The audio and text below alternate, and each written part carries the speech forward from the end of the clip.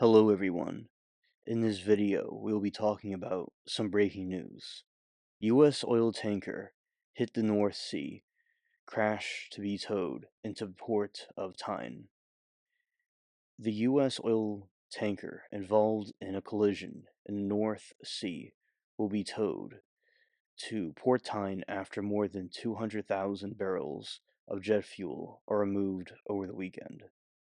Solong collided with the anchored Stena Immaculate tanker around 12 miles of the East Yorkshire coast March 10 with both ships burning through the night. One Solong crew member was left missing, presumed deleted. Salvage and recovery operations are now moving into the next phases, according to Crowley, which manages the Stena Immaculate. A spokesperson said during the weekend of March 29 to 30, operations will commence at sea to transfer the remaining 202,485 barrels of Jet A1 cargo from Stena Immaculate tanker to Fure Tile, which is anchored nearby.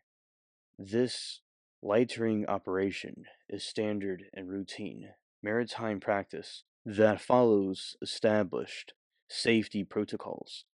The Stena Immaculate will be towed into Port Tyne for further inspection expected to take place in early April. The jet fuel will be delivered to its original destination of Killingholme in Lincolnshire.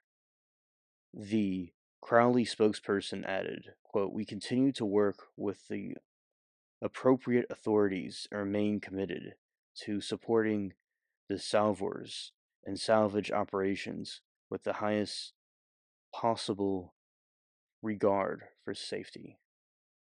The Solong Portuguese vessel arrived in Aberdeen at 7 a.m. on Friday after being towed to the Scottish city for safe berthing. It was accompanied by a vessel with counter-pollution measures as it arrived into Port Aberdeen. A rescue operation saw a total of 36 people rescued from both ships following the incident from the Solong. Sailor Filipino national Mark Anglio Pernia, 38, is missing and presumed to be not alive. Vladimir Motin, 59, of St. Petersburg, Russia, captain of Solong, has since appeared at Huel Magistrates Court and Old Bailey's, charged with gross negligence of manslaughter, and was remanded in custody ahead of the trial that will take place in January of 2026.